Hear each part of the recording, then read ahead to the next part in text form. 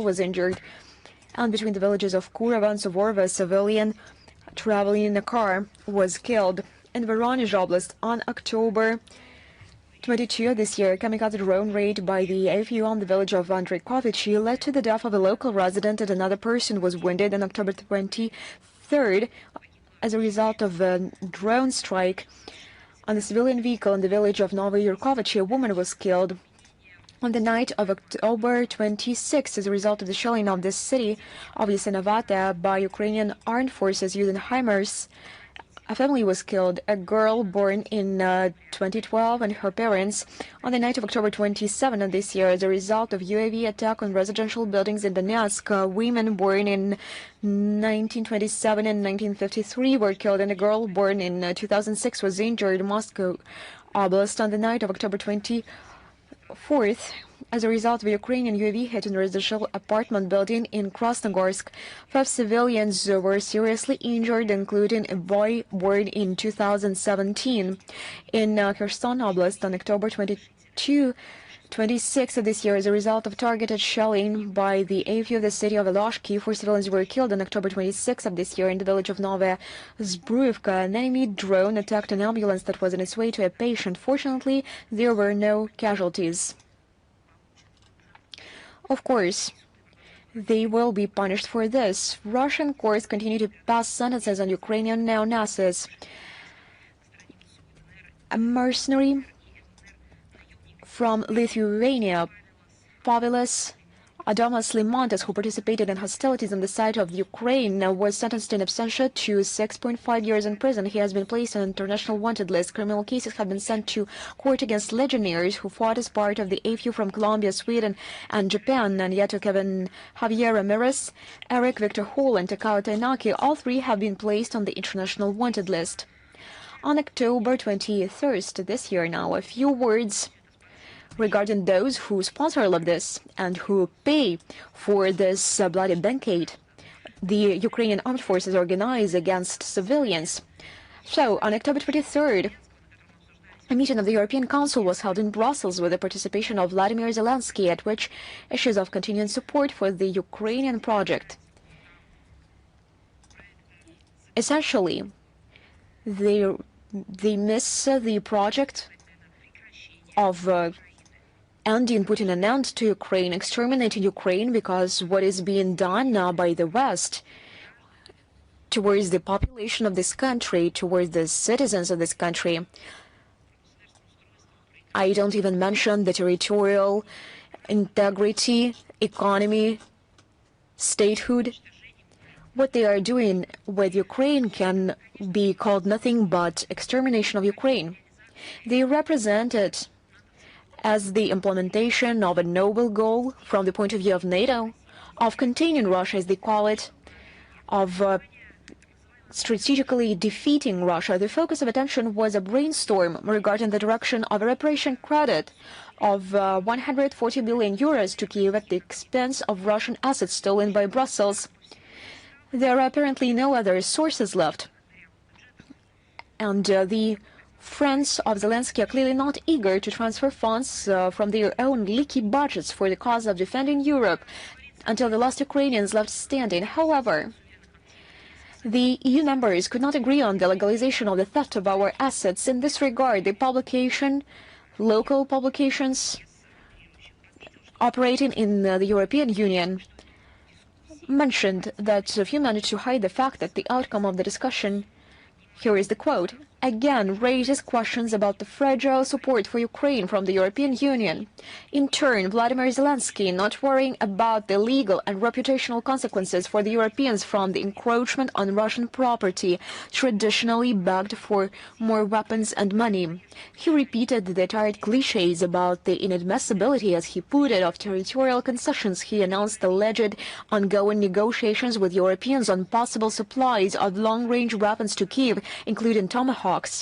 In this context, attention was drawn to the calculations and assessments of the Kiel Institute for the World Economy, according to which Kiev annually requires around 80 billion euros to keep its pants on, literally. On the average monthly volume of support for Ukraine by Europeans in July-August of this year fell by 43% compared to the first half of 2025, taking into account their contribution to the initiative to purchase American weapons as part of ensuring the priority needs of Ukraine. In Western expert circles, it is believed that in reality, the volume of assistance has decreased by 57%. And here we also received some curious news. On October 22nd of this year, Swedish Prime Minister Ulf Kristersson and Vladimir Zelensky signed a declaration of intent, which includes the supply of modified Swedish Jas Gripen E-fighters to Ukraine. They were talking about 150 aircraft. Their cost is estimated by experts at approximately $10 billion. The preparation of this deal should take at least 3 years, and its subsequent implementation from 10 to 15 years. Vladimir Zelensky at the same time voiced his wish to receive the first batch of aircraft as early as next year. The so-called Democratic Stockholm plans to partially cover the payment for the supply by using frozen Russian assets. Such a scheme was allowed on October 23rd of this year in an interview with the SVT television channel by Swedish Defense Minister Paul Jansson. Obviously, perfectly understanding the inevitability of the collapse of the Kiev regime, the Swedish ruling elite decided to squeeze the last dividends from the Ukraine project. The West closes up Ukraine. That's how it should be called. On the eve of the parliamentary elections in this country scheduled for September 26. At the same time, they are going to make some money. And this is what the situation with the human rights is like in the West. And this is how they care about civilians, children, and others. They forgot everything. At one moment, when they saw this amount of money they could pocket. History, as is known, repeats itself. The family of Swedish military-industrial magnates, the Wallenbergs, during the Second World War did not hesitate to profit from the supply of strategic products from formerly neutral Sweden to fascist Germany. Did Sweden forgot about this? Let us remember what you were doing 80 years ago. The current generation of Wallenbergs is going to extract benefits from the Ukrainian crisis and dreams of participating in the division of sovereign Russian assets blocked by the Europeans. This is nothing but the Swedish business supporting neo-Nazism. Moreover, Sweden officially participates in funding the terrorist group and the killing of civilians. And no one will ever forget this.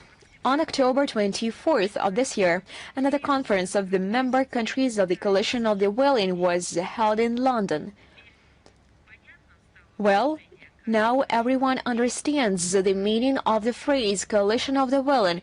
Yes, exactly. These are this very regimes who became very enthusiastic and eager when they realized that they can make some money at this very point of the Zelensky regime, which is at the point of its extinction.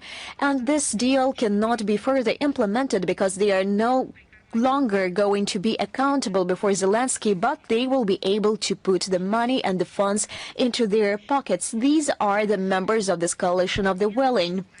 So this conference took place at the top level. It was co-chaired by Britain and France. However, it was not possible to convene a full-format summit. Many participants, including one of the co-chairs of the event, French President Macron, joined remotely. The hosts of the meeting gave a demonstratively warm welcome to the regular of such gatherings. Vladimir Zelensky could not miss such an opportunity. He was received personally at Windsor Castle by King Charles III with a salute and an inspection of the guards. There was an impression that those were some leftovers from the Trump visit. Apparently, being impressed by all this, the head of the Kiev regime launched into verbiage on the topic of endless terror and ruthless strikes by Russia on the Ukrainian energy system. But there was the slip of the tongue. He also thanked the sponsors for the promises of financial support, but he forgot to mention in London where this money goes and how many children died that are allegedly carried about, due to the reason that those so-called democratic states arm Ukraine and arm Zelensky, send more and more money to Ukraine, to Zelensky. They also provide political assistance.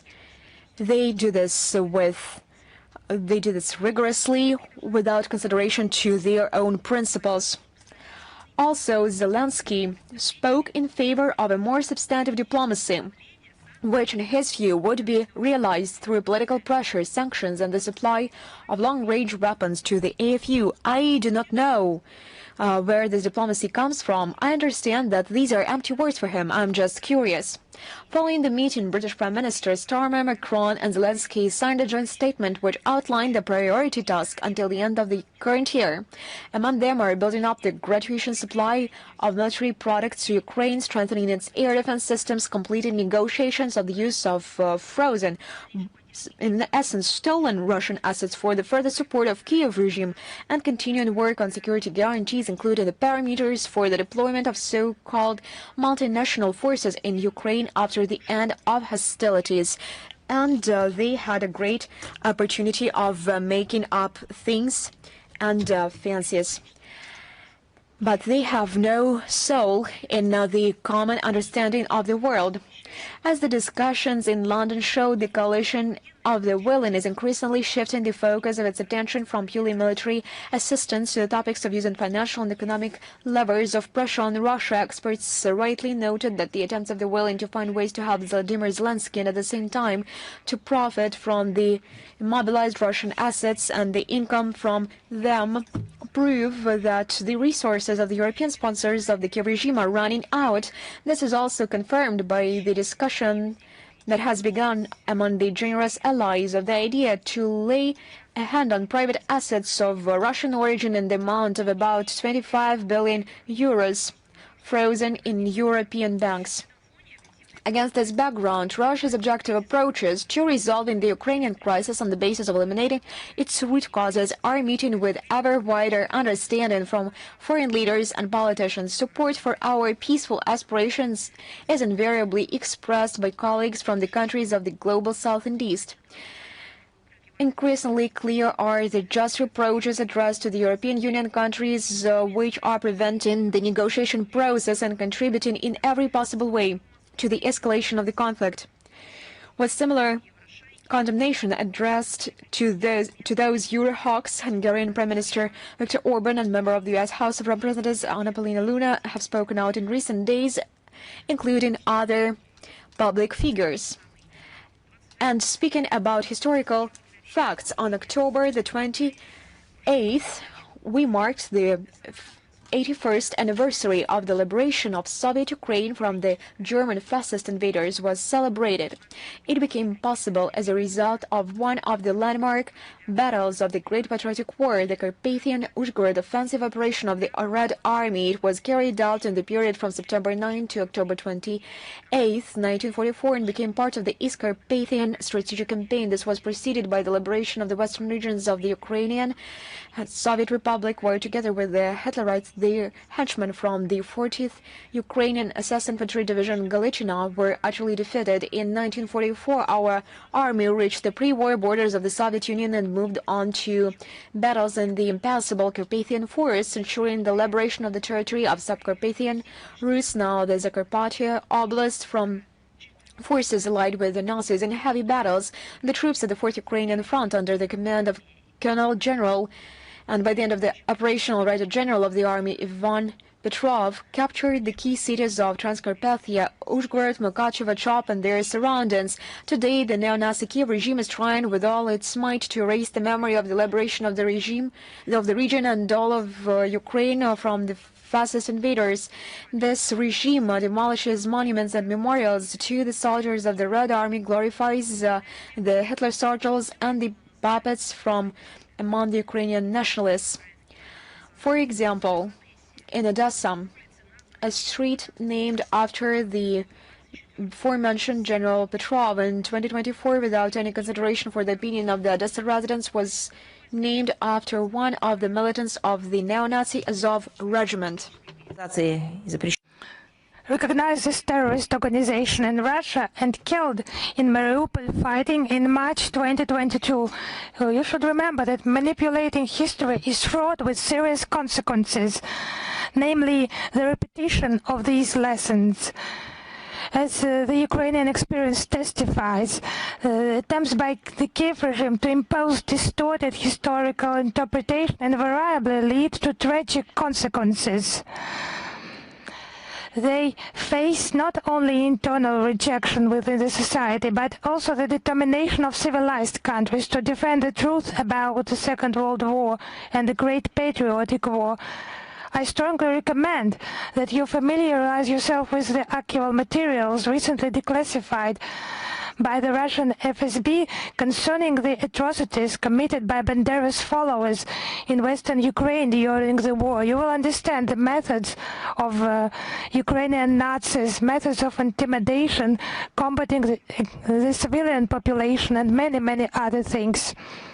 We will never forget that during the liberation of the Ukrainian Soviet Socialist Republic, more than 2.5, even more, 2.5 million Red Army soldiers.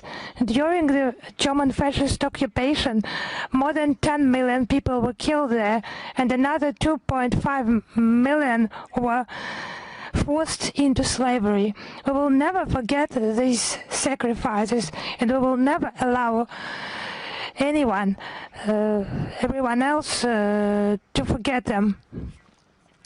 We have repeatedly mentioned that Zelensky deprived of Ukrainian citizenship the mayor of Odessa, Gennady Trukhanov. The pretext was allegedly the Ukrainian citizenship that he kept. Russian citizenship that he kept. The data was provided by Ukrainian Forces General Lysak, and they started fighting memorials, and Trukhanov counted that. A monument to Pushkin was actually closed there, and there is another session of General Conference. This General Conference is, as usual, silent. Maybe when they gather in Samarkand, representatives of the organization of UNESCO that deals with cultural heritage, they will think about what is happening nearby, actually. We will repeat that fact. We will do our best for official documents about those atrocities to be tabled for the officials who must deal with that, but for some reason they do not deal with that. I would mention Yanina Sokolova, allegedly a journalist, but of course she is actually not a journalist, because she is famous for her notorious statements intimidating Ukrainians, starting to frighten them with the consequences regarding their move to new Russian regions. They should just decide for themselves. But she intimidates them. This caring Ukrainian journalist, she has invented that they could be beaten, killed, or forcibly mobilized, as she put it, into the DPR volunteer army. So maybe she has mixed something, confused. Forced mobilization is underway where? In Ukraine, I would remind you. She has just forgotten what is happening in her own country. It's just some gap in her memory.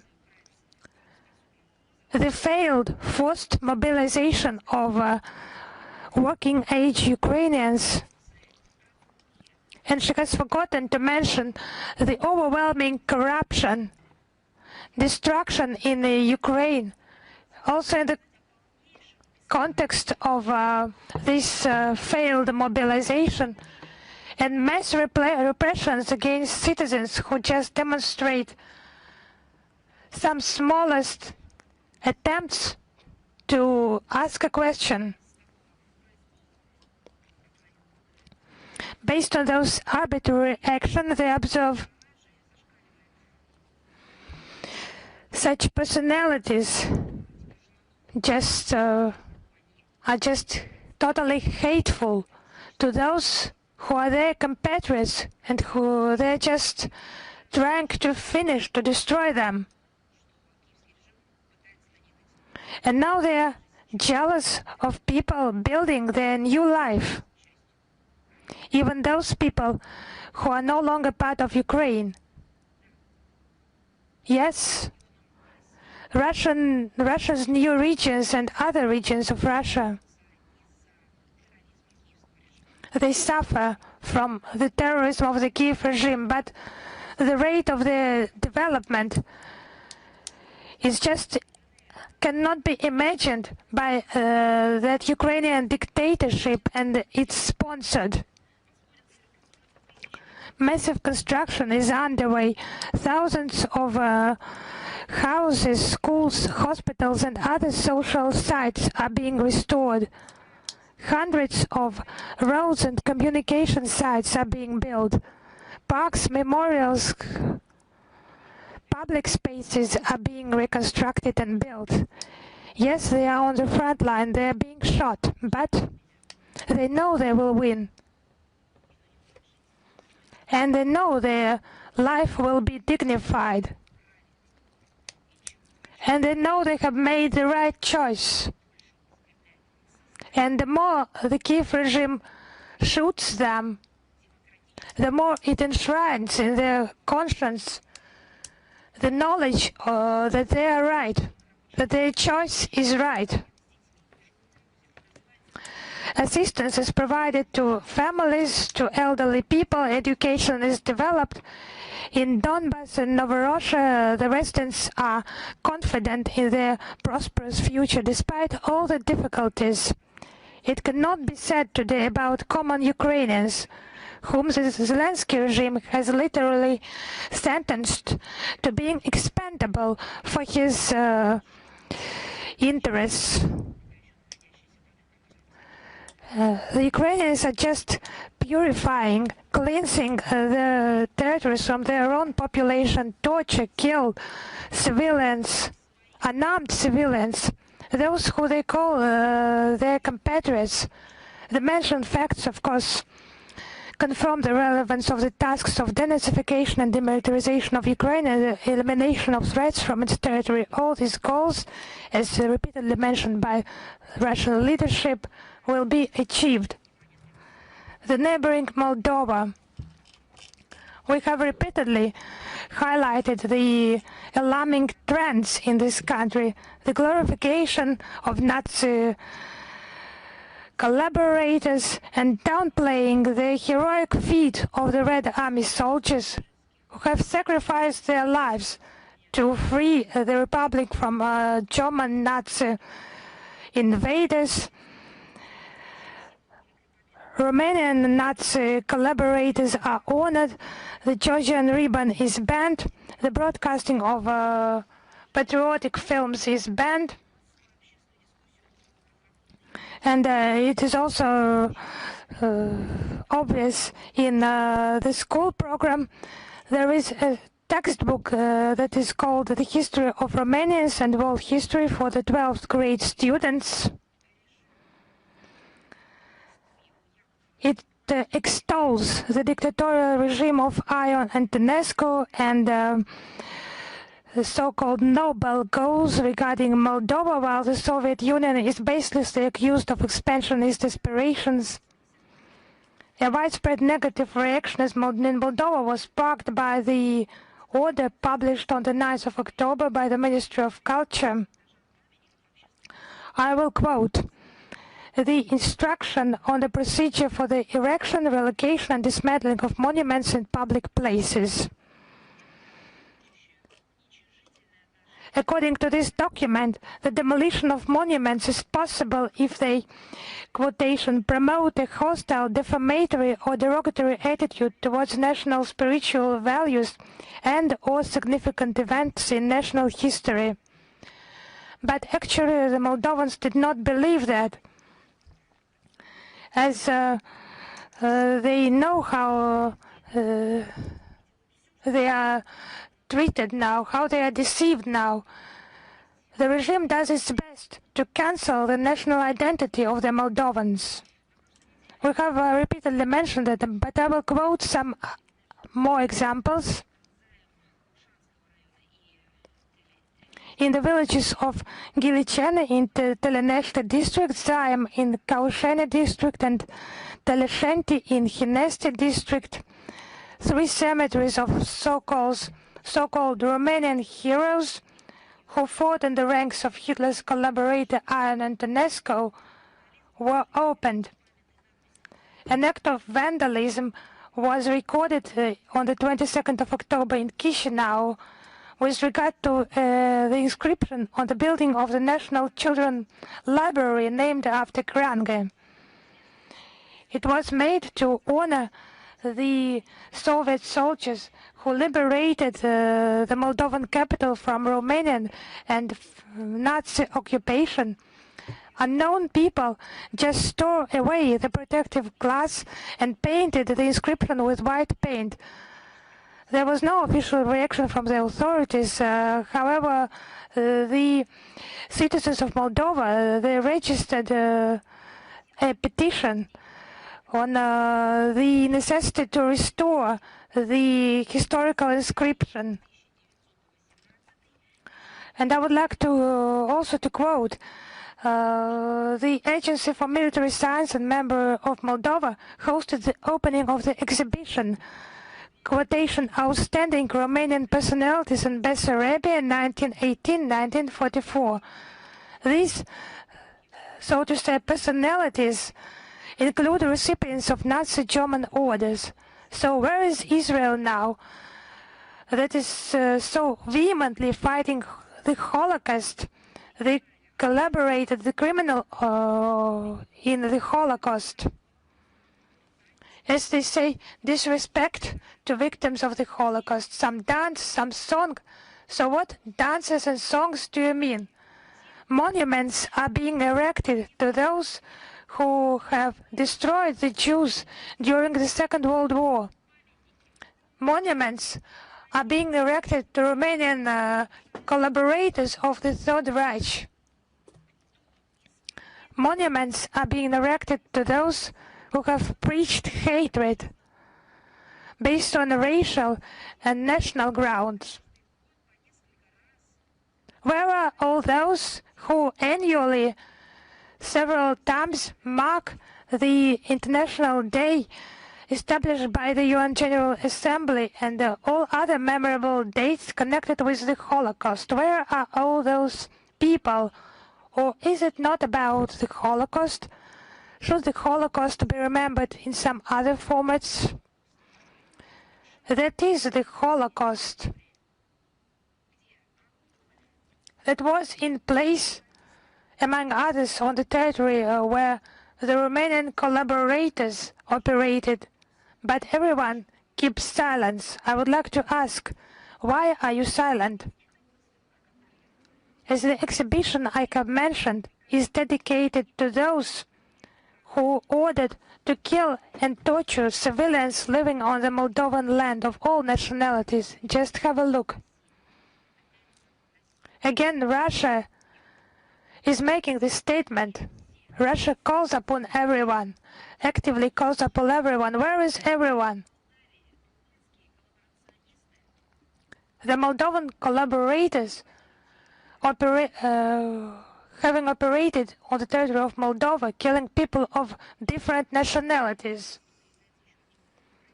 It's obvious that the attempts by official Chisinau to rewrite history are a manifestation of its barbaric attitude to the history of the Republic of Moldova. The Moldovan people have already provided a strictly negative assessment of this policy. It's a shame that the country's authorities remain indifferent to their opinion, but the modern Moldovan authorities, they are just conducting the anti-Moldovan ideology and policy.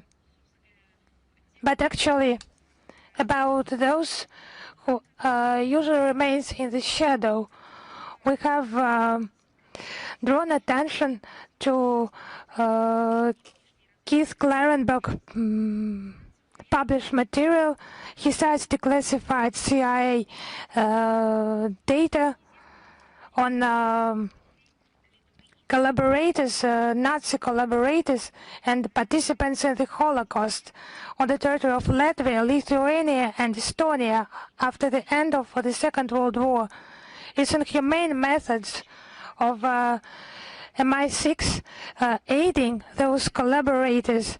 It's supplies of weapons and explosives, sponsoring murders and terrorist attacks, intimidating the civilian population. These methods are actually at the ready in London for those who do not agree with the neo-colonial thinking and practices.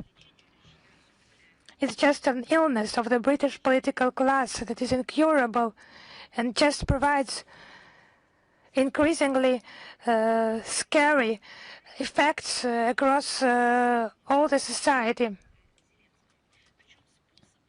Just patronizing the neo-Nazi Zelensky regime. But the methods of support, they just remain the same as they used to be. Acts of sabotage, weapons and equipment shipments, attacks on the civilian population, lies, stagings, and just the English, they offer the corruption, the Kiev regime mired in corruption to just continue their hostilities until the last Ukrainian. And just remember actions by Boris Johnson giving advice. And they should not forget about the lessons of history. Just let us remind them. They consider their sponsors to be just expendable material, which they are ready to easily discard once they have served their purpose. And one more, Keith Clarenberg, one more quotation from Keith Clarenberg material. The Forest brothers were destroyed, and that is the fate awaiting other destructive projects by London. I would like to mention the Israeli Parliament, the Knesset, approving in preliminary reading the draft on the annexation of the West Bank territories. Both documents were introduced by opposition deputies, and in accordance with the current regulations, they have 3 more readings ahead of them. The Office of the Prime Minister of Israel called this step a deliberate political provocation on the part of political opponents, and Netanyahu himself instructed the members of the ruling coalition, this is the direct quote, to suspend the promotion of the draft laws until further notice, end of quote. We hope that the matter will not come to the final approval of the draft laws, otherwise it will not be possible to avoid a new dangerous escalation of tension both in the occupied Palestinian territory and in the Middle East region as a whole, and the international peacekeeping efforts promoted with considerable difficulty and aimed at reducing confrontation will be undermined and thrown far back.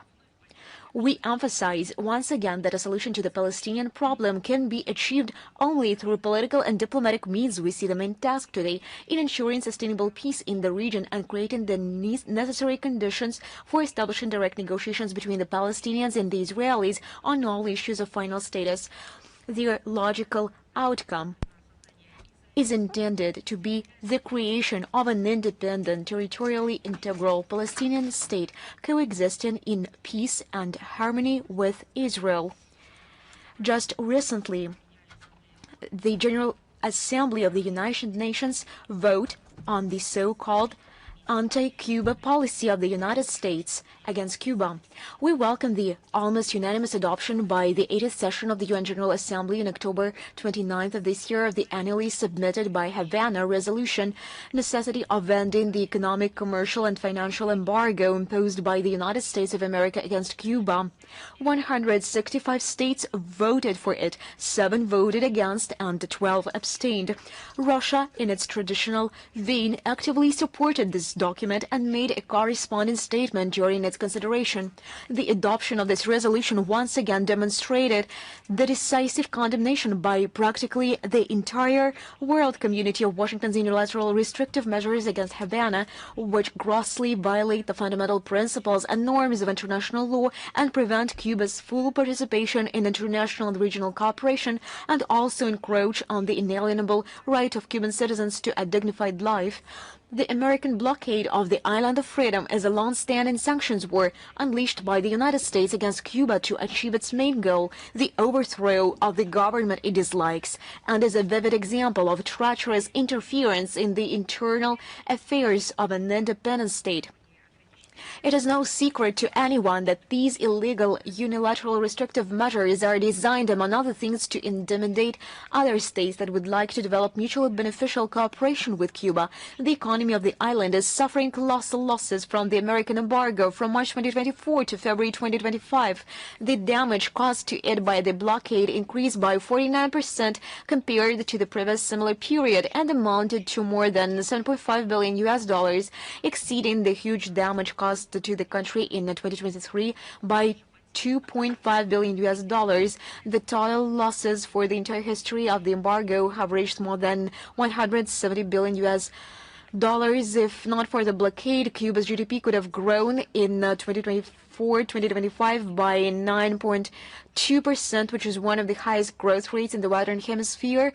All this affects the well-being of Cuban citizens, representing a major barrier to the full realization of human rights in Cuba, primarily in the areas of healthcare, education, energy, and food security.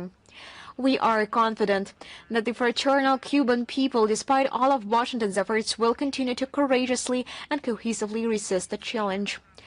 In connection with the actions of the U.S. aimed at tightening economic pressure on Havana, we reaffirm our position in favor of the immediate exclusion of Cuba from the odious American list of state sponsors of terrorism.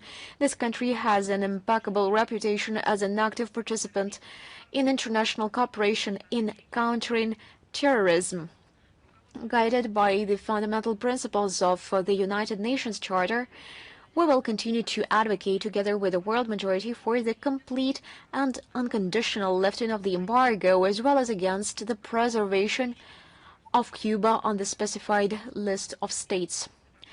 We will continue to provide support in the struggle of the leadership and the fraternal people of Cuba in the name of protecting state sovereignty and to consistently strengthen the Russian-Cuban strategic partnership in the widest range of areas in accordance with the agreements reached during the talks held in May of this year between the President of the Russian Federation, Vladimir Putin, and the President of the Republic of Cuba. Yesterday, Pochta Russia, on October the 29th, issued the postal marks depicting the consulate generals in Istanbul, the diplomatic missions in Uruguay, and others. All these buildings which are depicted on these stamps represent the historical value, and they all are together issued with Marco since 2023. The history of the Russian embassy in Berlin dates back to early 18th century during the Second World War. This building was demolished afterwards. Another building was erected. It was solemnly opened in 1852. The embassy of Russia in Uruguay, located on the Boulevard of Spain, is a classic example of the architecture of its time, and this building is an integral part of the cultural landscape of Montevideo. The Consulate General's office was built in 1845 in Istanbul. This is the palace which became the symbol of the imperial power and the symbol of friendship between the two maritime states. On October the 29th, the Municipal BRICS Forum started its work. It brought together many guests and partner states of the association. The opening ceremony and plenary session were attended by the Deputy Minister of Foreign Affairs, Sherpa of Russian BRICS, Sergei Rabkov. In recent years, conditions have been developing for an increasingly active development of interaction with foreign countries at the inter-regional and intermunicipal levels. Joint initiatives of our regions contribute to the preservation of historically established and the establishment of new ties and supplement the agenda of interstate relations with relevant content. We consider international cooperation at the local level as a valuable instrument for ensuring the foreign policy interests of our country. That is why the BRICS International Municipal Forum is a key platform for the exchange of experience and best practices in the field of local self-government among the participating countries, where representatives of municipalities can share successful practices and find joint solutions to common problems in the field of sustainable urban development, digitalization of municipal services, and improving the quality of life of citizens. By tradition, the event is held in St. Petersburg, which is one of the leaders in the numbers of external ties. More than 100 agreements on cooperation with municipal entities of foreign states, including with the BRICS member countries. Their number is steadily growing. New agreements are being concluded with states that are friendly or constructively disposed towards Russia, and corresponding roadmaps for their implementation are being developed. On the sidelines of the forum, the second module of the International School of Municipal Leadership will be held, organized with the assistance of the administration of the President of the Russian Federation and Gimao University, within which topical issues of the development and coordination of interregional and intermunicipal ties, project cooperation, attracting investment, and strengthening contacts with regions of friendly countries will be discussed. The first module was successfully held in September of this year with the active participation of the Russian Ministry of Foreign Affairs. We are confident that within the framework of the next BRICS International Municipal Forum, joint initiatives and projects will be developed. 205 years ago, on October 25, November the 6th New Style, in 1820, Emperor Alexander I approved the statute for the consuls of His Imperial Majesty residing in Europe and America, which for the first time in the history of Russia systematized and detailed the activities of Russian consuls abroad. The need to develop a normative act that replaced the previously existing disparate instructions and directives arose in connection with the active expansion of the Russian consular presence abroad during the turbulent period of the Napoleonic Wars and after their end. The main tasks of the consul, who at the time was subordinate jointly to the Ministry of Foreign Affairs and the Department of Foreign Trade, were to ensure compliance with, I quote, the rights and benefits of the Russian people in general in trade and navigation, unquote, as well as to resolve trade disputes between Russian merchants who were on the territory of the consular district. The consul exercised control over merchant shipping, registered ships sailing under the Russian flag, checked and issued ship documents, resolved disputes, investigated shipwrecks, and sanctioned deals for the sale of Russian ships. He also collected and regularly sent to the center systematized information on the state of trade and economic relations with the host country. The duties of the consul included providing comprehensive assistance to compatriots, primarily from among merchants and seafarers, which included both consulting and legal support as well as direct care for their well-being. For example, he was obliged to facilitate the provision of quality medical services to them.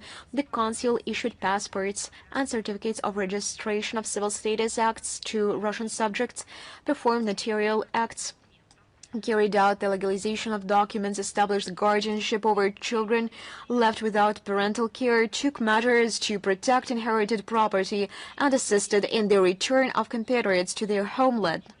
The consul services were paid for in accordance with the tariff attached to the statute.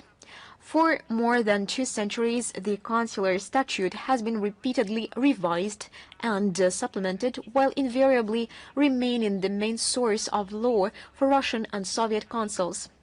The basic principles and directions of consular activities outlined in the very first statute remain relevant today, having found their reflection in the current federal law of July the 5th, 2010, entitled Consular Statute of the Russian Federation. One more announcement. From November 4th to November 6th, Doha will host the World Summit for Social Development, Second World Summit for Social Development. It will take place there.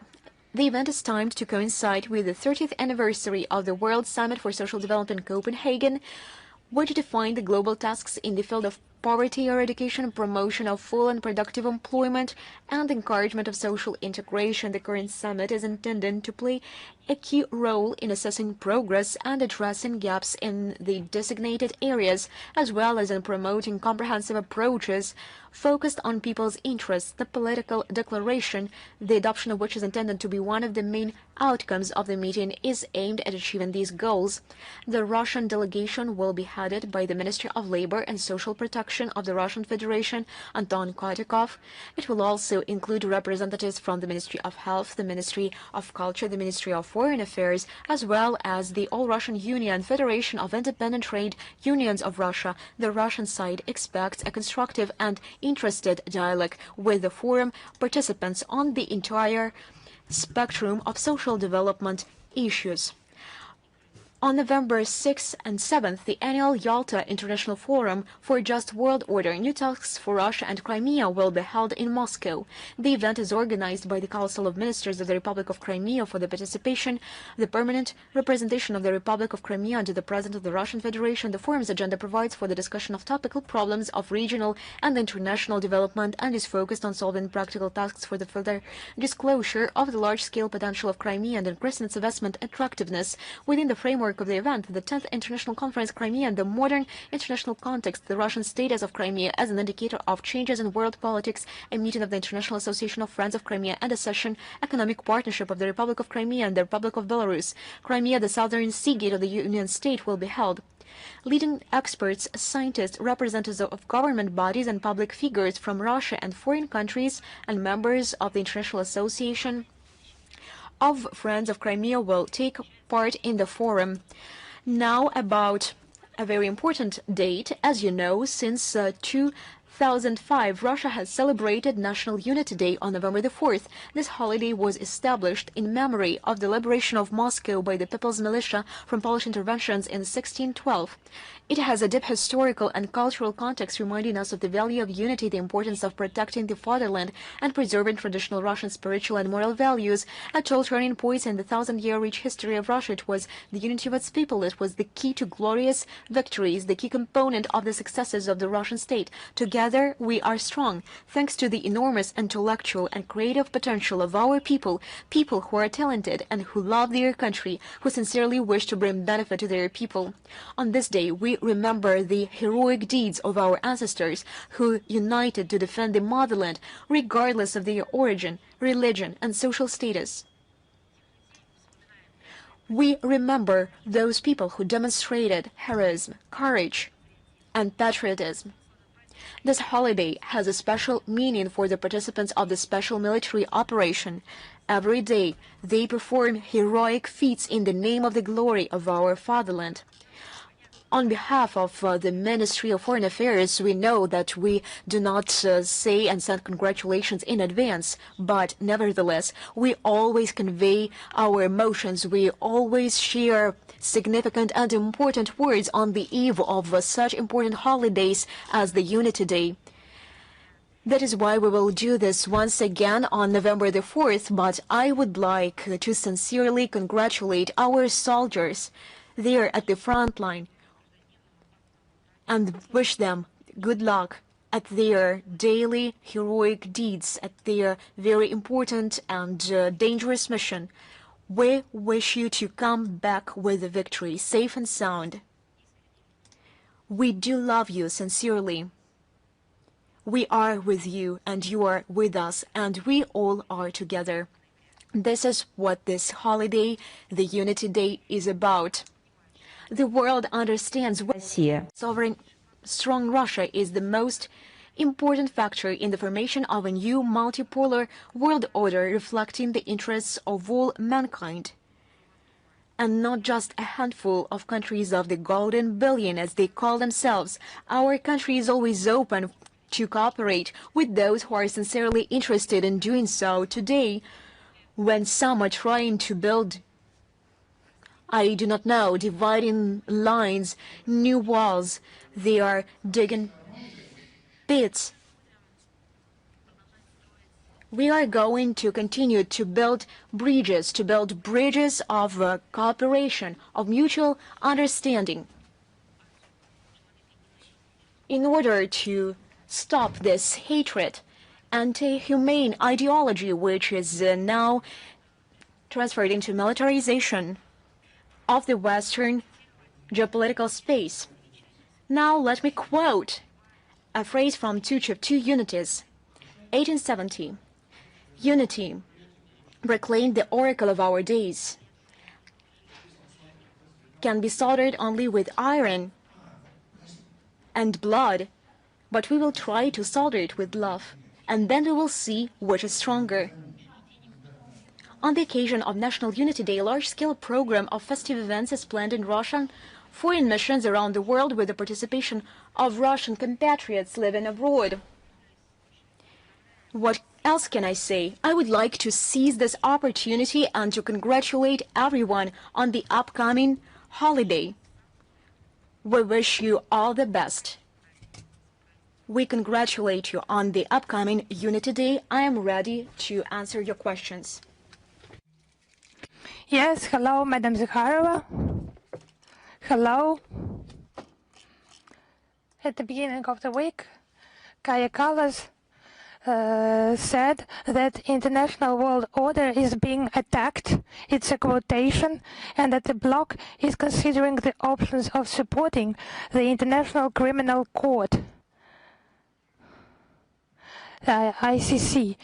It was her statement in a European college in Bruges. Kallas said that there is a wide-scale attack against the international world order, human rights, and norms and institute agreed at international level. Cynical statements. How would you comment on that? You know, I agree. She is right about an attack against global order and human rights, but the head of European diplomacy just skipped one important detail. I have written your quotation, written it down because the initiator of this attack is actually Brussels, because they challenge the national world order by their desire to unilateral hegemony. It's colored revolutions leading to collapse, regime changes, the so-called Maidans. Who was behind that? Who gave the money? Who trained those public representatives, so-called, in Poland, in the Baltic states, in the camps? Who trained them? It was primarily the EU representatives of Obama-Biden administration. So now they are telling that someone is violating international law. It's all written there. What can be done, what cannot be done. They have committed many things that cannot be done according to themselves. It's just strange to hear such things from Kallas, who is inventing illegal schemes to confiscate Russian assets, promoting new packages of illegal anti-Russian sanctions, and this frenzied anti-Russia, Russophobic rhetorics. She does not care about international law, about thousands, millions of people in Europe, in Eurasia. She just does not care. She is indifferent. I do not mention those who is in sanctions list of the European Union. She does not care about human rights. And it's unclear who just appointed colors to support, to defend international world order. Has she appointed herself?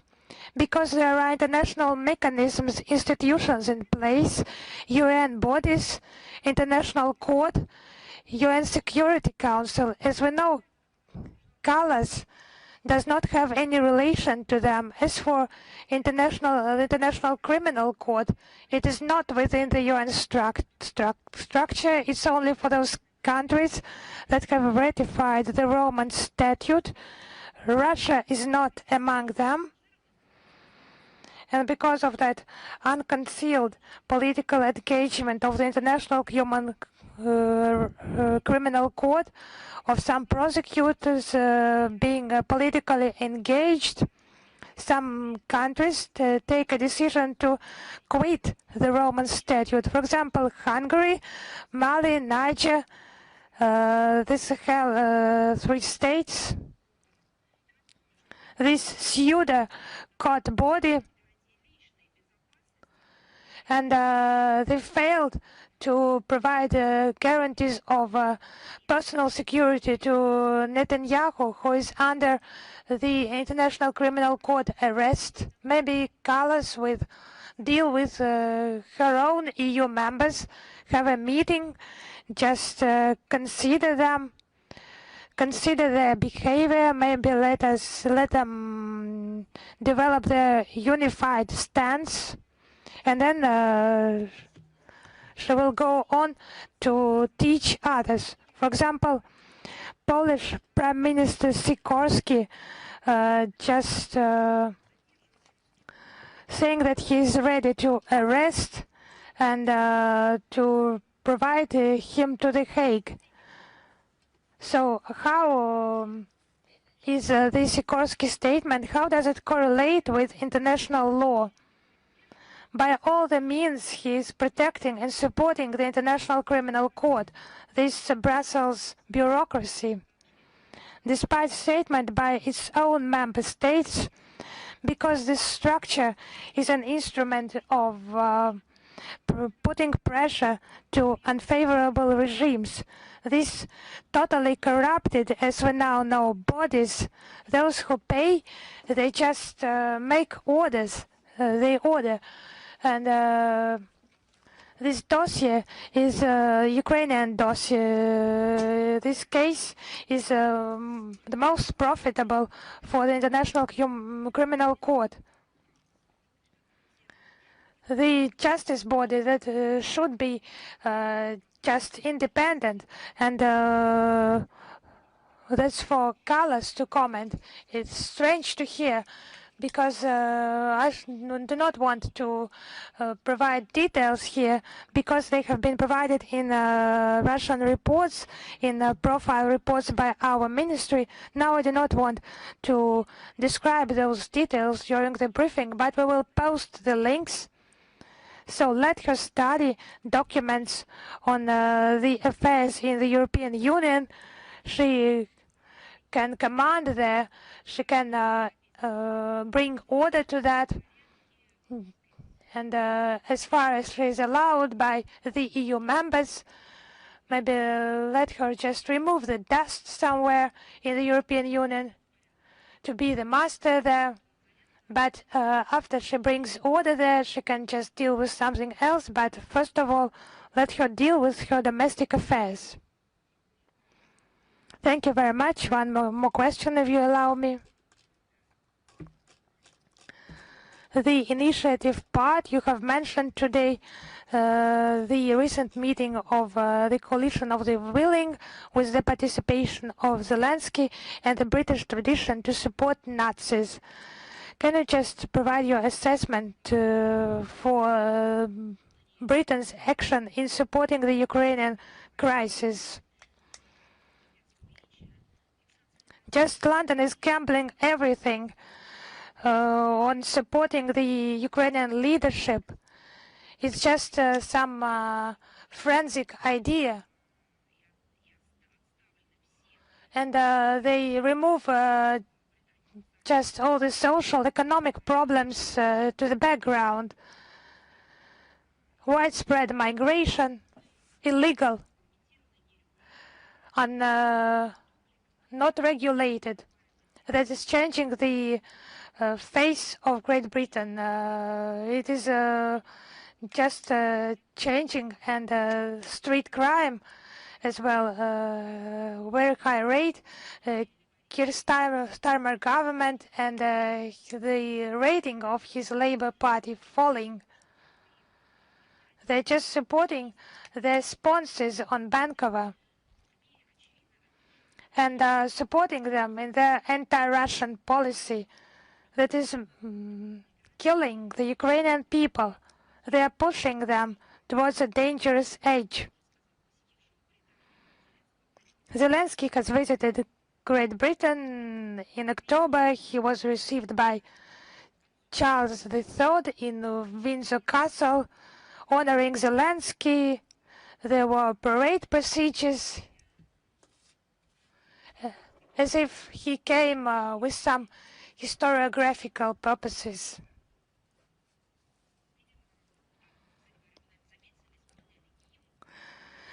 Obviously, as you have noticed, I think there was a hymn, a ceremonial salute, maybe artillery munitions used, not used during the September stay in Windsor of President Trump.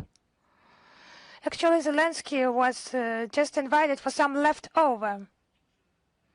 And the assistance to Kiev regime just forgetting that it's not about some public figures, but about a terrorist cell. London is just supporting the topic of intervention in Ukraine and hindering peaceful settlement for the Kiev regime to carry on with the war, as Boris Johnson used to promote.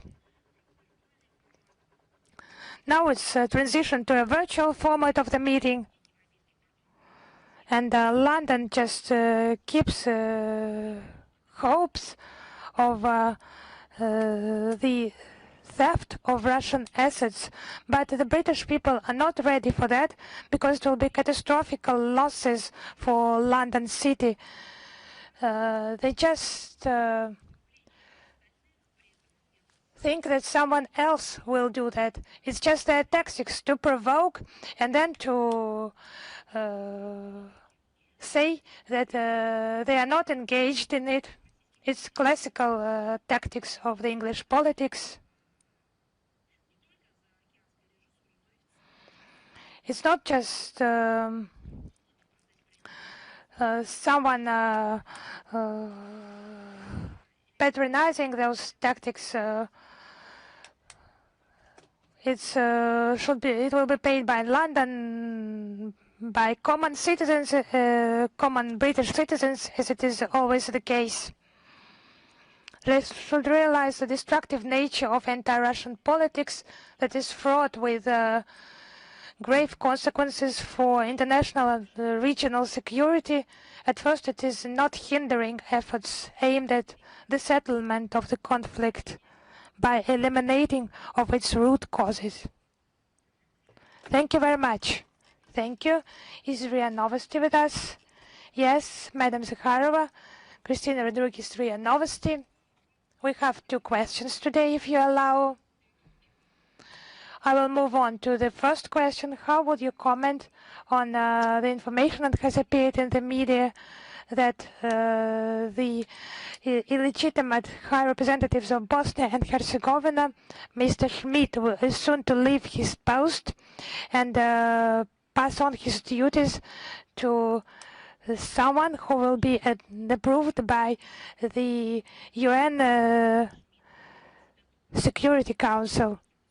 Actually, Mr. Schmidt, he did not occupy any post. He just qualified himself as some representatives. He was not approved by the UN Security Council for this post. He did not have any legitimacy.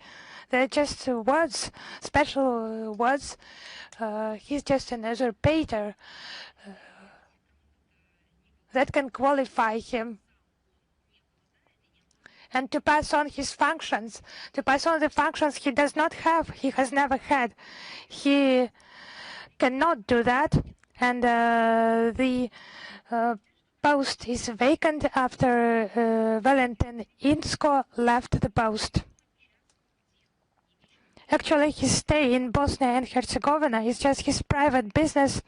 It has nothing to do with post-conflict settlement in Bosnia and Herzegovina. At least as agreed by the international community, Russia is one of the Dayton Agreement guarantors. Agreement of 1995 supports the elimination of the external protectorate incompatible with the sovereignty of Bosnia and Herzegovina. We stand for the entire responsibility for the fate of the country and its people, equality and equal and respectful dialogue. Thank you very much. Thank you very much. My second question, if I may. Russia has made considerable efforts to establish the facts of the staged incident in Bucha. As far as I know, in the context of the investigation of this provocation, you have repeatedly sent relevant inquiries to the UN Secretariat. I would like to know how you received any response. As you know, this issue is regularly raised and controlled by Sergei Lavrov. During his contacts with UN officials, including Secretary General Guterres, he not only regularly talks about this, but also conveys the corresponding letters. What is our permanent mission to the United Nations in New York does. We continue to seek a substantive response from the UN Secretariat to Russian inquiries regarding the provocation in Bucha in April 2022. In particular, we insist on the provision of a nominal list of the names of the people whose bodies were shown in the Western media footage, the British in particular, that went around the world. And they were represented as civilians killed in Bucha, and accusations were voiced towards Russia and Russian military. So far, we have seen, only to put it mildly, an evasive reaction from UN officials to proposals for constructive interaction with Moscow. We call on the representatives of the World Organization to abandon the actual connivance with the Ukrainian staged incident. Not only Ukrainian, I mean the western part of Ukraine, which was aimed at discrediting our country. We call upon the UN Secretariat, the UN Secretary General, to hold a thorough and transparent investigation to identify the persons responsible for this monstrous crime of the Kiev regime. The fact that Russia claims this list, this name-by-name list of the people who were misrepresented as victims. We are doing this not only to lift this accusation from us, we are doing this in order to encourage the international community to launch an international investigation, what had happened there, and who had killed those persons, and those who had orchestrated these events in Bucha. The other day, Sergei Lavrov sent another message to UN Secretary General on this topic, and we await their reaction once again. Thank you very much. Izvestia, are you with us? Good afternoon, Madam Zakharova. We have two questions today, if I may. My first question, Trump, in a conversation with journalists, distanced himself from the topic of the seizure of Russian assets by European Union countries to help Ukraine, saying that he's not involved in this. In your opinion, can the statement reason with the leaders of the European Union to stop their gangster actions? The main inspirer of the sanctions pressure on Russia, as is known, was the administration of former U.S. President Biden, with its active support along. And before that, under Obama administration, the Biden was the part of, as a vice president, more than 10 years ago. Obama stated that the Russian economy is in tatters, and they are trying to demolish and to undermine Russian economy again.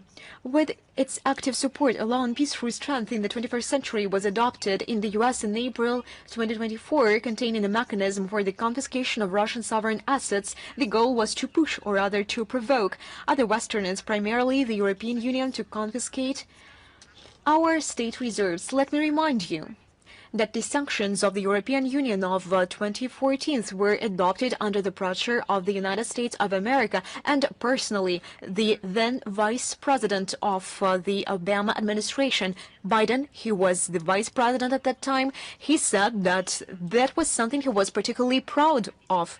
He made everything personally to make European Union adopt those sanctions against Russia. Washington, even then, effectively shifted the main burden of losses in the event of the implementation of this venture to the European Union, in whose jurisdiction the largest part of the remaining domestic assets in the West is located. What is happening now is a direct consequence of the fact that the European Union followed the lead of the then White House administration and took a course towards a senseless confrontation with Russia and the unrestrained pumping of the Kiev regime with money and weapons. This led Brussels to its current state of affairs when, to please the political ambitions of individual Euro officials and Russophobes, the European Union risks finally undermining its international reputation as a once reliable economic and investment partner. The current unenviable economic situation in the European Union, it is obvious. It is the matter not of the future, but it is the matter of the present. And this current economic situation, which is the result of the severance of ties with Russia for the EU political elites in power, it seems has not become a lesson. Alas, they also lost their strategic independence when taking crucial and key solutions. And as I have already said, that has not become a lesson to them. They have took a step further towards an abyss. However, the West understands that the theft of our state reserves will not go unanswered. Evidence of this is the continued absence of consensus, as well as within the Group of Seven, on the issue of allocating a reparation loan to Ukraine at the expense of our assets. The real collective responsibility, despite all the slogans about European or the Western solidarity, is not something the European Union is in a hurry to take on. There is no line of those wishing to finance the Kiev regime by issuing common European debt instruments in sight. Instead, there is the usual unseemly squabble around money, in this case someone else's. For this association where everyone defends their own interests and where those who have nothing special to lose in this situation, they shout the loudest. They have nothing to lose, as we know. This perseverance is worth of better application, and the EU members continue to finance both the Kiev regime and their own and foreign defense concerns, are increasingly reminiscent of a company that has been partying for too long in a restaurant, and they understand that they have been brought the bill for several times, but they have no money and they don't know how to cancel it. Once again, we can warn the European Union from the theft of sovereign Russian assets. It will not get additional funds, but serious long-term problems. Thank you, Madam Zakharova. My second question: what actions on the part of the United States became the reason for the denunciation of the plutonium disposition agreement? As you know, on October 27 this year, the President of the Russian Federation, Vladimir Putin, signed Federal Law number 379 on the denunciation by the Russian Federation of the agreement between the government of the Russian Federation and the government of the United States of America on the disposition of plutonium, declared as plutonium no longer required for defense purposes, its handling and cooperation in this field, and the protocols to this agreement. This agreement has lost its relevance, its effect, and the protocols to it were suspended by Russia back in 2016. This was caused by the unfriendly actions of the United States and Washington's attempts to change the procedure for the disposition of plutonium prescribed in the agreement without obtaining consent for this from the Russian side. Not one of the conditions outlined by Russia in 2016 for the resumption of this agreement has been met, and this is a clear fact. We qualified these actions as destructive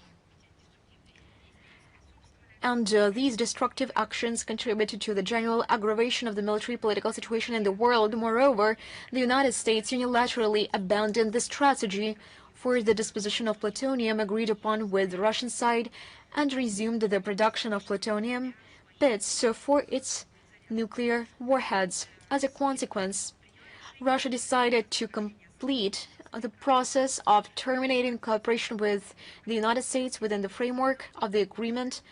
This is a signal that any attempts to undermine Russia's military-political interests and to unilaterally revise the terms of international agreements concluded between our countries will receive a firm and consistent rebuff. We have repeatedly mentioned, but if you ask us to do so, I repeated this. Thank you very much. Archie, are you with us? Good afternoon. Good afternoon, Madam Zakharova. Good afternoon, colleagues. So we have two questions today. Donald Tusk stated that Ukraine has the right to attack targets associated with Russia anywhere in Europe. He made this statement shortly after a Polish court rejected Germany's request for the extradition of a Ukrainian diver accused of involvement in the bombing of the Nord Stream gas pipelines. How would you comment on such rhetoric from Warsaw and the situation surrounding the investigation of the sabotage in the gas pipelines? As for the investigation of the terrorist attack on the Nord Stream 1 and Nord Stream 2 gas pipelines over the past 3 years, the German authorities have not fulfilled any of our requests for legal assistance and have rejected the initiative of Russia and a number of other countries to conduct an independent, open and objective international investigation under the auspices of the United Nations. The investigation into the circumstances of the pipeline bombing, despite the assurances of the German authorities of their intention to find the culprits, has grotesquely turned into support for the Kiev terrorist regime. And of course, the position of Poland is even more shameful. The Polish authorities demonstrate complete disregard for the norms of international law and directly express encouragement for acts of terrorism if only it harms Russia. From their point of view, you have already mentioned Tusk. He is a prime minister, after all, not an observer who can talk nonsense and bear no responsibility. He is the key figure in his country, entitled with a particular mandate and particular responsibility which it entails. He wrote on social media, I quote, "The problem with Nord Stream is not that it was blown up, but that it was built." I'm wondering, I'm just curious. And those people who die in terrorist attacks, is he going to have the same linguistic phrasing towards them? The Deputy Prime Minister and Foreign Minister Sikorsky, after the decision of the District Court in Warsaw to refuse to extradite the Ukrainian Vladimir Zhuravlov, suspected of the bombing, said that he feels pride in the Polish court, which did not consider this sabotage against the invader and a crime, and this is a direct quote. A very curious logic. So, we see if a grouping, a band, an organization declares, or just for itself, considers Poland to be an invader or a country that does not fit into regular norms, everything that this group will be doing on the territory of Poland will not be considered as a crime. What can we say about this, and how should we treat this? For our part, we will do everything to prevent this unprecedented terrorist act against an object of cross-border underwater civilian infrastructure from being swept under the carpet with all our resources and opportunities. My second question, if I may. You know, there is another point in this regard. Speaking about the statement made by Tusk and other Polish politicians, let alone the moral and ethical part of the question, there is a legal part of the question. This is a terrorist act. They can consider this to be nothing wrong. They can consider this to be a positive thing. This is another story. This is a different story. But indeed, in reality, there is a violation of legitimacy and the right. There used to be the facility of infrastructure. There were contractors, and all this was demolished after all. This all requires investigation. Perhaps following the investigation, those who ordered and those who perpetrated this action, I now quote, the Polish representatives, perhaps then now the Polish government will give them an award. But let's find them first and foremost. I suggest that we should find them.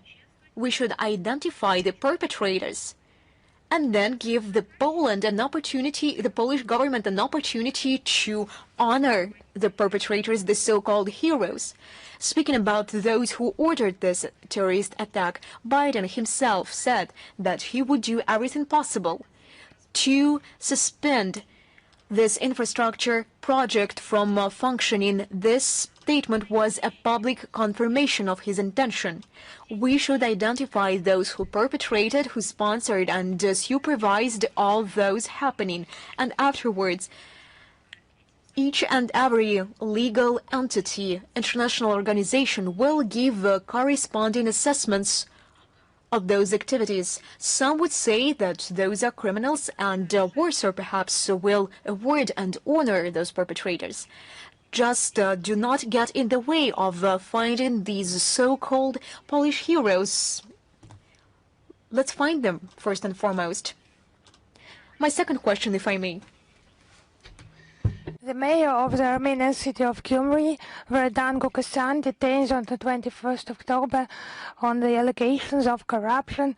There is a new criminal case initiated against him, this time for statements in favor of Armenia being part of the allied state with Russia. They are regarded as calls for seizing power and overthrowing the constitutional order. How can you comment on that? I would repeat that the case of Verdan Gukasyan, our position is that it is a domestic affair of Armenia and its people, but what I cannot but share its astonishment, the privileges of cooperation with Russia. Someone just regarded them as calls for overthrowing the constitutional order in the country, and it's about the accession to the European Union. And in April 2025, a law was adopted in Armenia on the start of this accession process.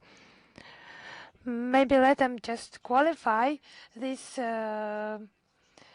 action somehow. It's just restriction of sovereignty, and it's said directly in that law. There is no different reading of that. The accession to the European Union, they should abandon part of their sovereignty. For example, in taking foreign policy decisions, they demand their candidates, even at initial stage, just not member countries, but candidates, to sanction those who the European Union has qualified as its enemy, and so on and so forth. Of course, it's abandoning the sovereignty in the sphere of law, monetary policy, migration regime, and many, many other spheres. But for some reason, they do not mention any criminal liability, criminal cases for supporting EU aspirations. There is no such cases in Armenia, but if there is already such a practice in place, like regarding the statements of some public figures for calls for deprivation, alleged deprivation of sovereignty in Armenia, so other calls, other statements should also be considered, because we are convinced that It's just normal. It's healthy practice, cooperation with neighboring states in any democratic society.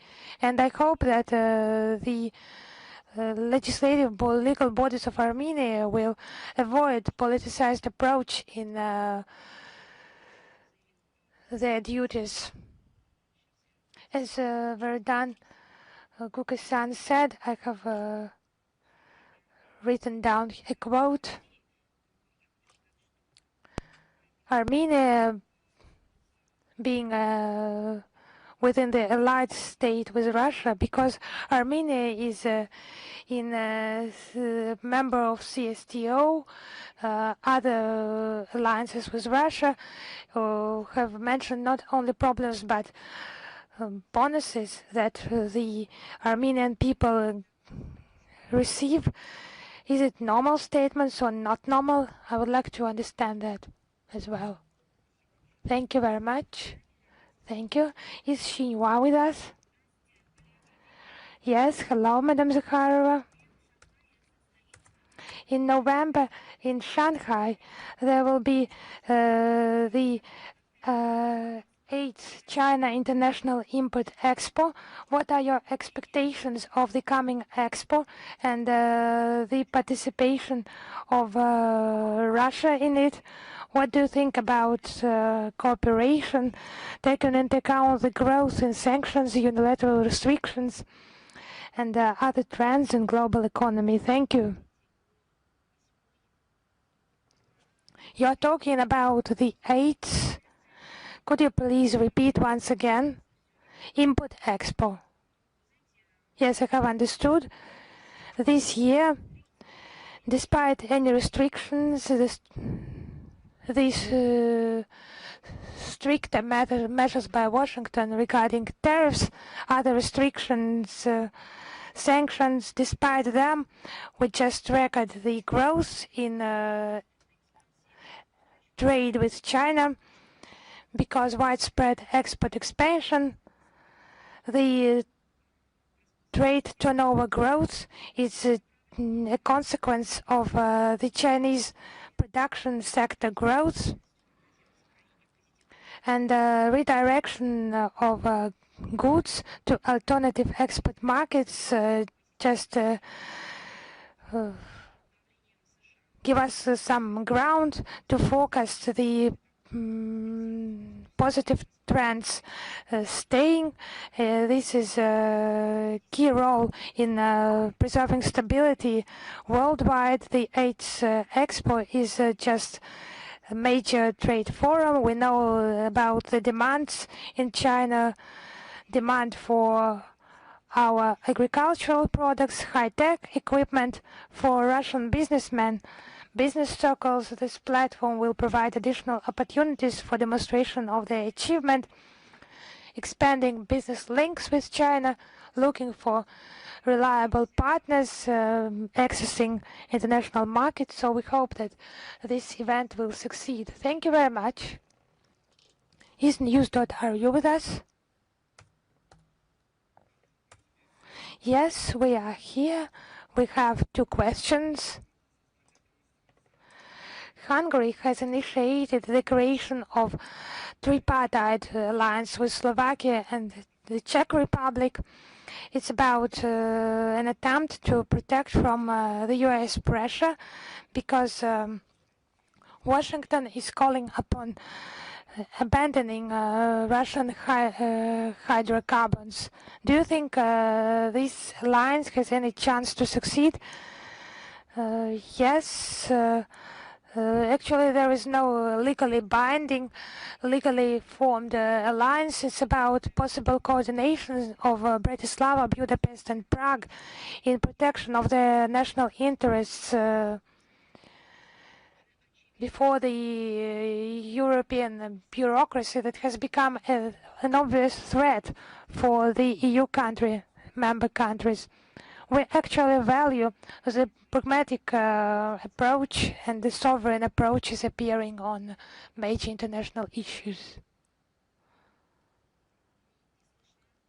I cannot hear. You have no sound on, I think. There is no sound.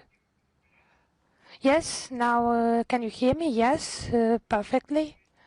My second question.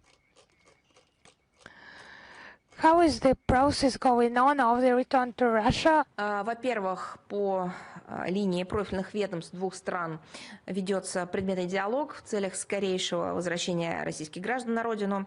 Второй момент, мы уже сообщали, в Россию вернулись наши журналисты, руководители информационного агентства «Спутник Азербайджан» Игорь Картавых, он вернулся 19 октября, и шеф-редактор Евгений Белоусов, он вернулся 25 октября. Беспокойство, конечно, вызывает ситуация со студентом из Санкт-Петербурга, Дмитрием Федоровым. Есть многочисленные сигналы о неудовлетворительном состоянии его здоровья. И я хочу подчеркнуть, что посольство России в Баку вчера повторно направило азербайджанской стороне запрос на встречу с российским гражданином и на предоставление ему квалифицированной медицинской помощи. Консульский доступ, к сожалению, пока не получен.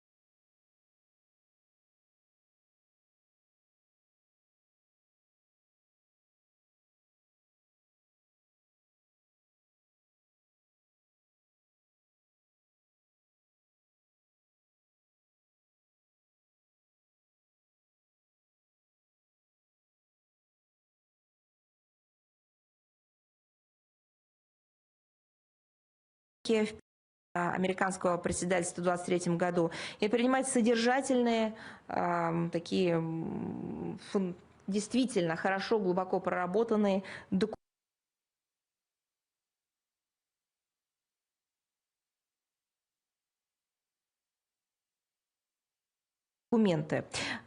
Поступательно развивается и проектная деятельность форума, она неизменно направлена на решение разнообразных практических задач, которые способствуют повышению региональной связанности. И в этом смысле АТЭС действительно способен соединять.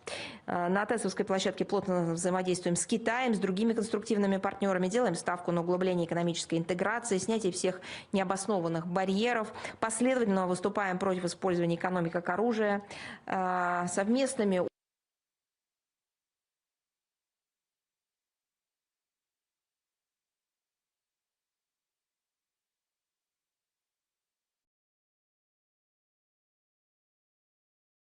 усилиями препятствуем попытке отдельных западных делегаций привнести в повестку форума непрофильные политические сюжеты. И готовы, конечно, к продолжению этой работы в ходе предстоящего в 2026 году представительства КНР в форуме АТЭС и настроены на созидательное сотрудничество, взаимную поддержку практических инициатив. Спасибо. И второй вопрос, Мария Владимировна. Да, конечно. 26 октября Россия заявила об успешных испытаниях крылатой ракеты с ядерным двигателем «Буревестник».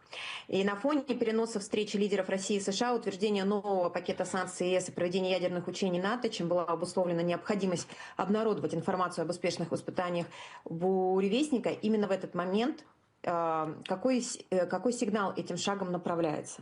Знаете, информация, я думаю, что вы, конечно, читали, слышали об успешных испытаниях системы «Буревестник», была обнародована в ходе доклада начальника генерального штаба господина Герасимова президенту Российской Федерации по итогам тренировки стратегических ядерных сил.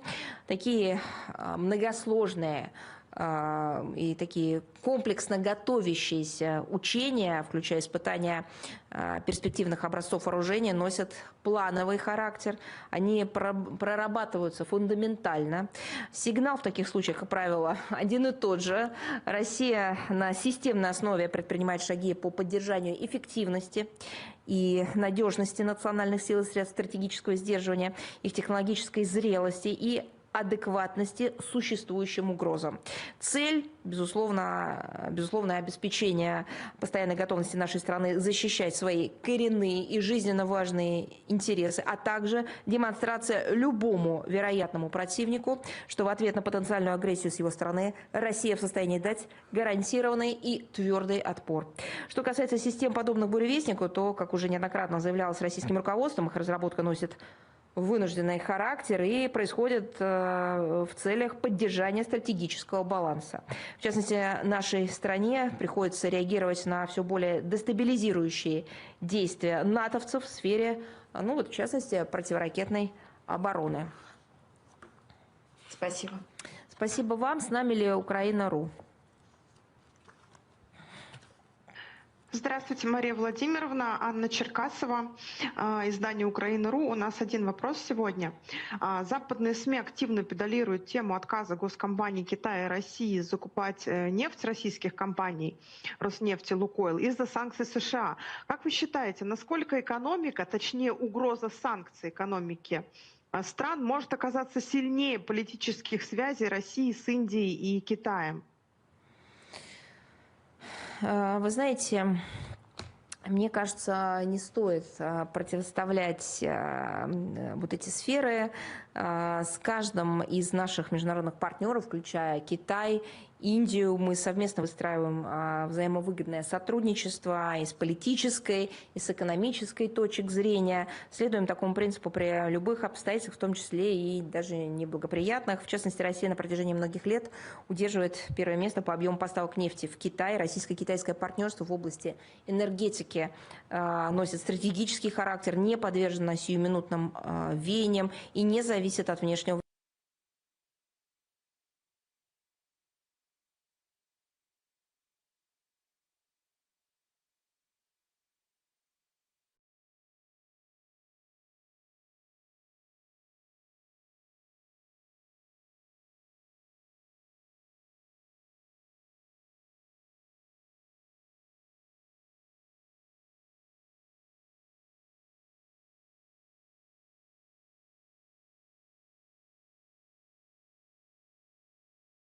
Они намерены продолжать развивать и углублять сотрудничество на благо народов наших стран. Спасибо, Мария Владимировна. С нами, вам спасибо. С нами ли Рейтер? Мария Владимировна, добрый вечер. У нас будет всего один вопрос, который касается недавних заявлений новый премьер-министр Японии Санае Такаити, которая на прошлой неделе сказала, что политика японского правительства заключается в том, чтобы решить проблему северных территорий и заключить мирный договор с Россией. Вот насколько реально заключение такого договора с точки зрения России, есть ли предпосылки для его заключения и какие условия должны быть выполнены для того, чтобы такой договор мог быть заключен? Конечно, хочется задать вопрос, почему вас это волнует, но, может быть, какая-то островная солидарность, я не знаю. Хорошо, пусть это останется риторическим вопросом. Вы знаете, честно говоря, я не увидела ничего нового в этих высказываниях. Уточнила у экспертов, они тоже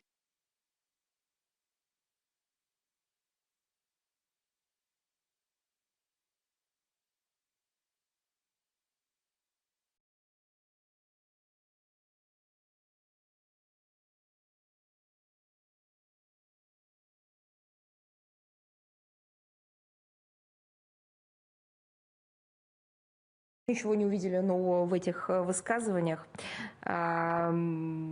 И, в принципе, ничего нет нового в политике японского правительства в отношении России. Мы не услышали в ходе выступления в парламенте премьер-министра Такаити. Ничего там нового не прозвучало. Вы знаете, у нас есть наш принципиальный подход. Вот он как бы тоже, наверное, прозвучит не ново. Мы неоднократно об этом заявляли и раньше. Путь к возобновлению диалога с Японией откроется только после деятельного отказа Токио от антироссийского курса, нацеленного на нанесение нашей стране и ее гражданам ущерба, как там придумали, да, что нам будет какое-то там поражение, ущерб наноситься. Вот от этого они должны отказаться. Это к вопросу о предпосылках или о, так сказать, тенденциях, атмосферах и так далее. Потому что ведь именно такая недружественная линия завела двустороннее сотрудничество в тупик. Но линия эта была недружественная и тупиковая с японской стороны, не с нашей.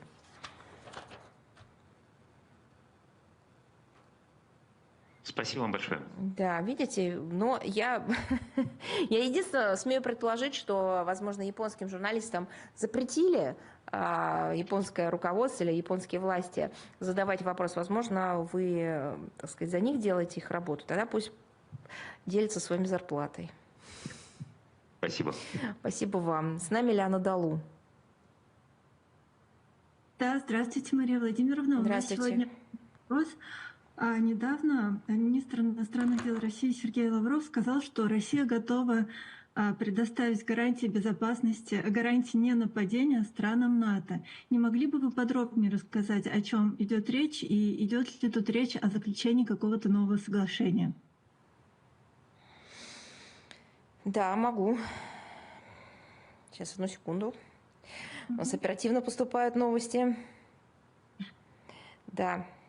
Так, мы исходим из необходимости формирования архитектуры безопасности на всем пространстве Евразии, а не только в отдельных регионах нашего континента. Собственно, как и сказал министр иностранных дел России Сергей Лавров в своем выступлении 28 октября на Минской конференции, международной конференции в Минске по евразийской безопасности. Безопасность либо будет всеобщей, либо ее не будет вообще. Мы считаем, что евразийская безопасность